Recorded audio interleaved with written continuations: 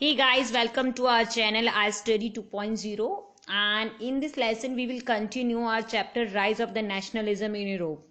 In our previous videos we will discuss about the war, the meaning of the nationalism and what were the reason behind the rise of the nationalism in the Europe, and the meaning of the industrial revolution and the changes after the industrial revolution in the Europe, and why did the industrial revolution taken place in the England, not other European countries. And in this lesson we will discuss about the unification of the Germany and Italy. And let's first begin with the Germany. And the Germany at the end of the 18th century was divided into more than 300 small and the big state. From the geographical point of view, and the Germany can be broadly divided into the three parts. Basically, first the south northern Germany, and the southern Germany, and the central Germany. And the state of the Persia and the Hanover, Frankfurt in the northern part of, while Rhineland was the central part, and the Palatinate and the Württemberg, the Bavaria, is a Baden is the southern part. And Persia was the most powerful in the reference to size and the military power की बात करें, but even after being divided politically, the two factors were responsible for the German state to remain united. That the first thing was that ideological spirit of the respect toward the Roman Empire, and second was the existence of the Diet. And that basically Diet is like the parliament of uh, in parliament, which name is diet. जैसे कि हमारी parliament का नाम संसद है, वहाँ की parliament का नाम डाइट है. And now we can talk about the major obstacle in the unification of Germany. कौन कौन से ऑब्स्टेकल्स थे जो जर्मनी के यूनिफिकेशन में आ रहे थे?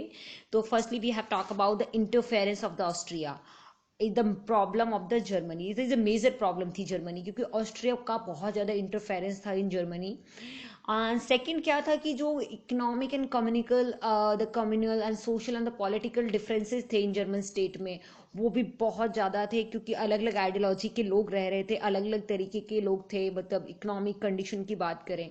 और जो थर्ड रीज़न था वो था कि like France, England was also taking the interest in the German state, and in the name of the Hanover provinces it kept interfering the northern state. तो वो बराबरी जो इंग्लैंड है, बराबरी मतलब इंटरफेरेंस कर रहा था हैनोवर प्रोविंसेस के ऊपर, जो कि नॉर्दर्न साइड से था. और उस टाइम पे हमने ऑलरेडी डिस्कस किया कि तीन पार्ट में डिवाइडेड था German state. Now we can move to soft military power of the most of the state. तो मोस्टली स्टेट में ना सॉफ्ट मिलिट्री पावर थी, मिलिट्री इतनी पावरफुल नहीं थी ताकि वो मतलब दूसरा जो लोग इंटरफेरेंस कर रहे हैं उनको कंट्रोल कर सके. And the fifth one is the lack of awareness in the common man. जो लोगों के अंदर बहुत कम अवेयरनेस थी अपने मतलब अपनी कंट्री से रिलेटेड, अपने की क्या चल रहा है, बहुत ही लैक ऑफ अवेयरनेस था लोगों के मन में. And third the last and important one is the influence of the Pope. तो पोप का इन्फ्लुएंस बहुत ज़्यादा था southern state of the Germany, and which was an obstacle in the unification of the Germany. तो ये major influential जो power थी pope की, बहुत ज़्यादा बड़ा ऑब्स्टेकल था जर्मनी के यूनिफिकेशन में. Now we can talk about the supportive elements of the Germany. And क्या सपोर्टिव एलिमेंट्स थे जर्मनी को यूनिफिकेशन में काम आए. And now we can talk about the Zollverein की बात करें. तो जॉलेवरियन जो था इज अ कस्टम और अ यूनियन, आप बात कर सकते हैं, आप कह सकते हैं कस्टम यूनियन थी. Was formed at the initiative of the Persia and joined by the most of the German state. And the union जो थी ये abolish the tariff barriers and reduce the number of currencies from over 30 to 2 मतलब change किया. And the creation of a network of the railways further stimulated the mobility, harnessing the economic interest to the international unification. And a wave of the economic nationalism strengthened the wider nationalist sentiments growing at that time. तो ये सब जॉबलरियन का काम था. Is a custom tyre मतलब is a custom union थी जो कि आपके सारे जो फाइनेंशियल जो थे उनको रिफॉर्म को कंट्रोल करने के लिए फॉर्म की गई थी। एंड सेकेंडली हम बात करें तो इंटेलेक्चुअल मूवमेंट की, तो जो इंटेलेक्चुअल मूवमेंट मोस्टली जो थे वो बहुत ज़्यादा काम आए, क्योंकि जो कि different field like that philosopher, historians and the literary person जो थे and poet and plays a significant role in the unification of the Germany.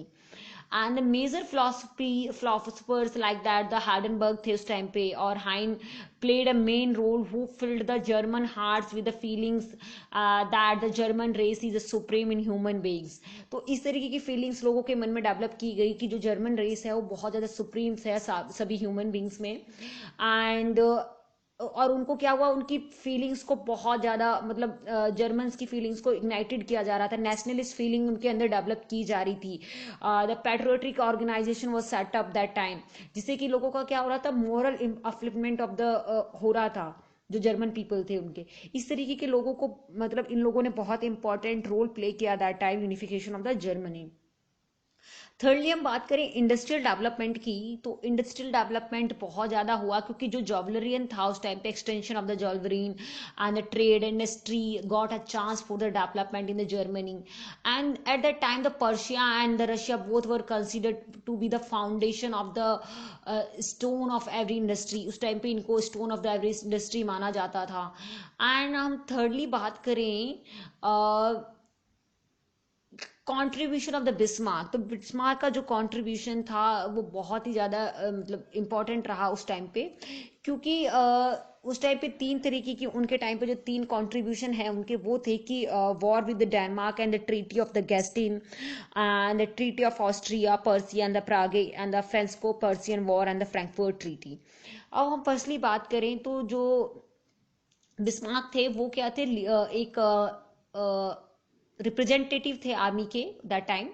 तो उन्होंने इन सबको अपने थ्रू मेजॉरिटी किया उन्होंने और लीड किया अपने मतलब डॉन वॉर की डेनमार्क के, और ट्रीटी ऑफ गेस्टिन साइन की। एंड सेकेंडली जो उन्होंने अपना किया था, सेकेंड जो स्टेप था बिस्मार्क का after the pact, the Gastein was to make a preparation for the war against the Austria.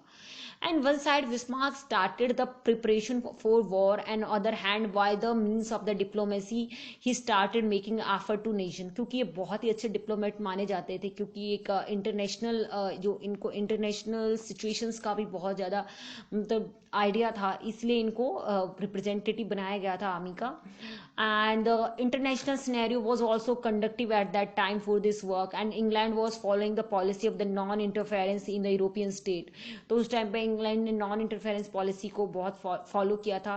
And the sympathy of Russia was obtained by providing the assistance at that time of the revolt in Poland.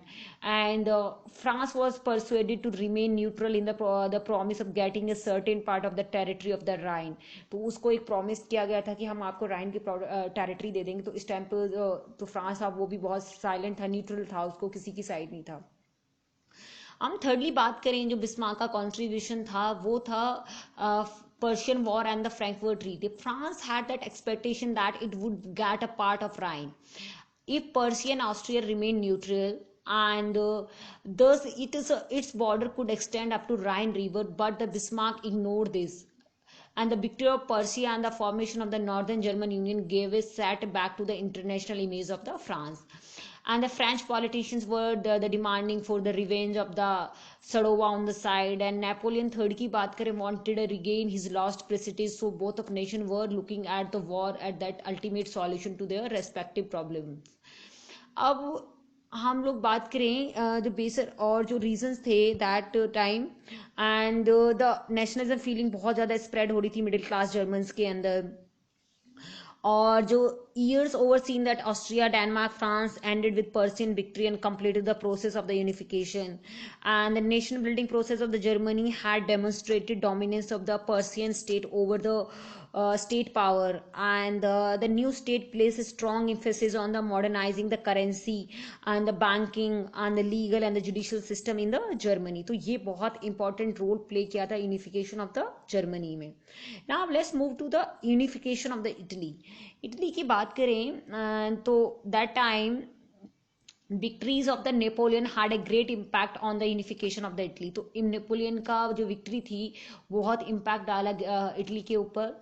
And after the Italian victory the Napoleon established a republic in the Italy, and after the becoming an emperor he dissolved several small and the big state and merged into them into the three parts. He dismissed the feudalistic arrangement, तो सारा जो feudal system था उसको cancel कर दिया गया and ended up the restriction on the internal trade पर जितने restrictions थे उनको खत्म कर दिया गया and uniform laws were imposed in Italy। अब uniform laws बनाए गए सबके लिए equal, and when Napoleon used Italy as a settlement it fired the national sentiments of the Italian people, and for these reasons Napoleon known as the father of the nationalism in the Italy।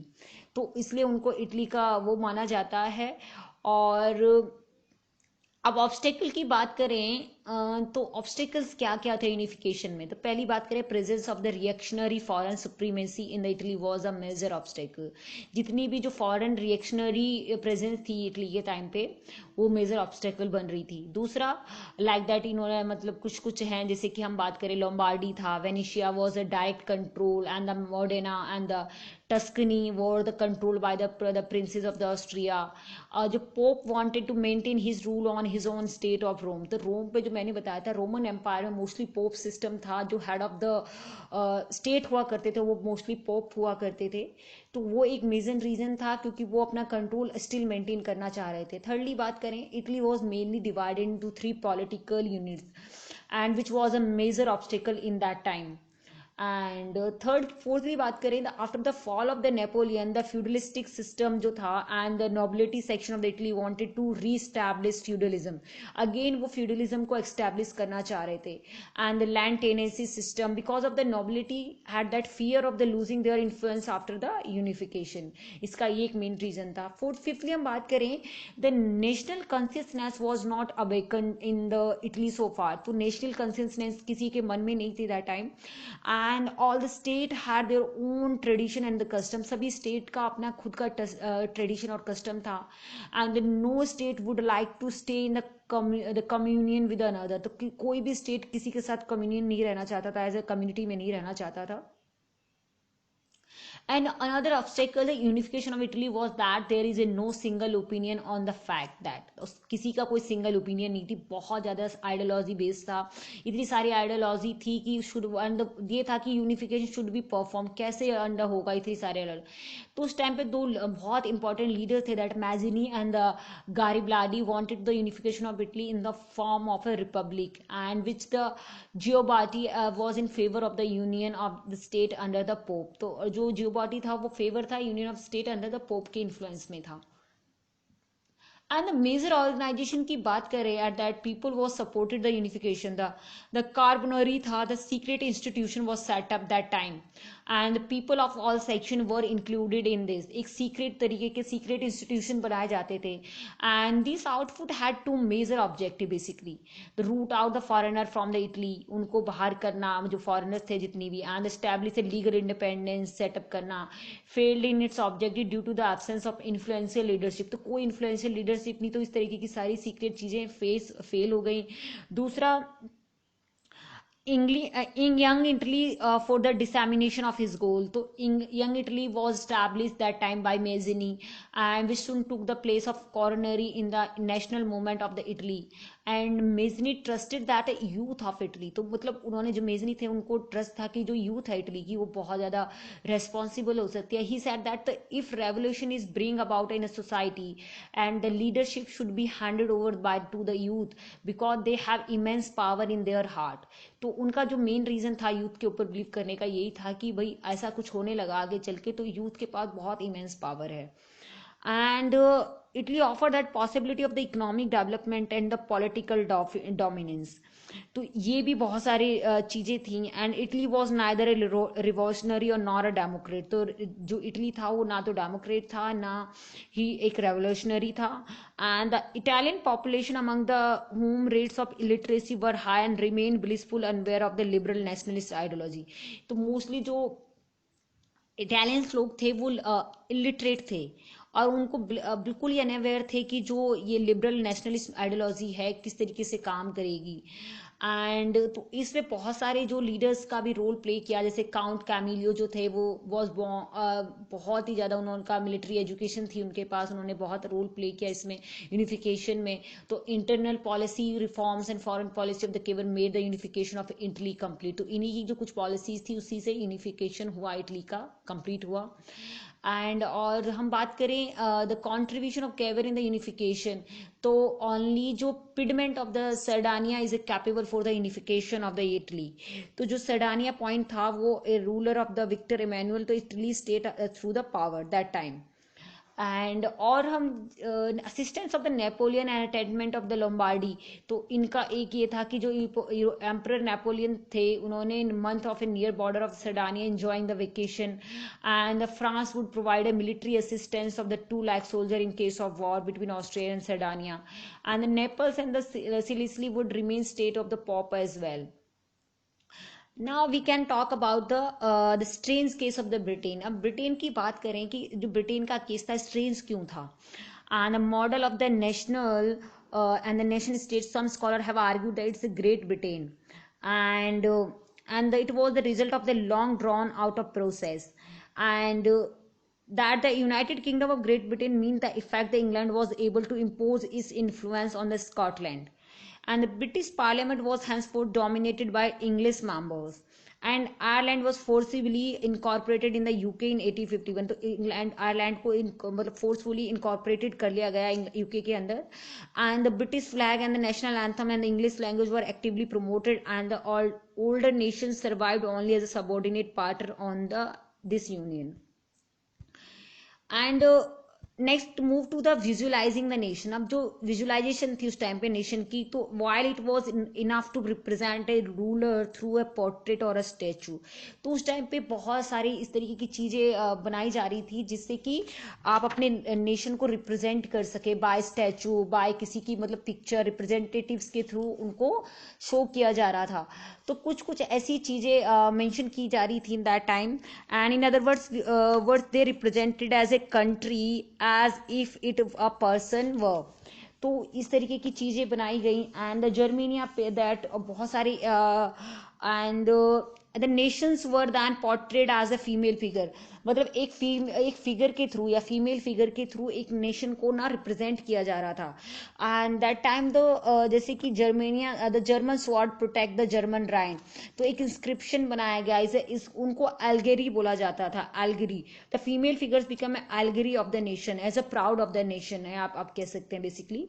And तो एक proud feel कराने के लोगों को ऐसी pictures वगैरह create की जा रही थी, पोर्ट्रेट बनाए जा रहे थे ताकि लोग देखें। And the Christian the Marianne an popular Christian name which is underline the idea of people nation, इस तरीके के नाम जो क्रिश्चियन नेम जो बहुत अंडरलाइन जिनसे कि आपकी कोई आइडियोलॉजी बेस्ड हो, इस तरीके के नाम को पॉपुलर किया जा रहा था। And nationalism and imperialism, and by the quarter of the 19th century nationalism no longer retained in the idealistic liberal democratic sentiment first half of the century, but to become a narrow creed with the limited ends। और इसकी बात करें फिर and the most of the serious source of the nationalist tension in Europe it sentiment were area called the Balkan. तो Balkan region को बहुत ज़्यादा important माना गया है क्योंकि जितनी भी जो सिचुएशंस है मोस्ट सीरियस जो टेंशंस जो स्टार्ट हुई थी वो बाल्कन रीजन को बोला जाता था। Balkan was the geographical and ethnic variation, तो इस रीजन में बहुत सारे वेरिएशंस देखने को मिलते थे, जोग्राफिकली भी और द एथनिक वेरिएशन, अलग अलग तरीके की कास्ट एंड क्रीड वगैरह का मतलब बहुत ज़्यादा एक वो था, वेरिएशन था इस एरिया में। And one by one it's European subject nationally were broke away from its control and declare the independence. तो धीरे धीरे उनको सबका कंट्रोल ब्रोकन हो गया और अलग अलग declare as a independent nation बन के एमर्ज हुए वो लोग। And Balkan area become an era of an intense conflict, तो उस टाइम पे उसको इंटेंस कॉन्फ्लिक्ट का एरा माना जाता है बाल्कन एरिया को। And the Balkan state were jealous of each other and each hope to gain more territory at the expenses of each other. तो जितने भी नेशन थे उस टाइम पे बाल्कन एरिया में जो आते थे वो सब एक दूसरे से ऐसा था कि हम कितना ही अपनी टेरिटरी को एक्सपेंशन कर रहे एक्सपेंड कर ले।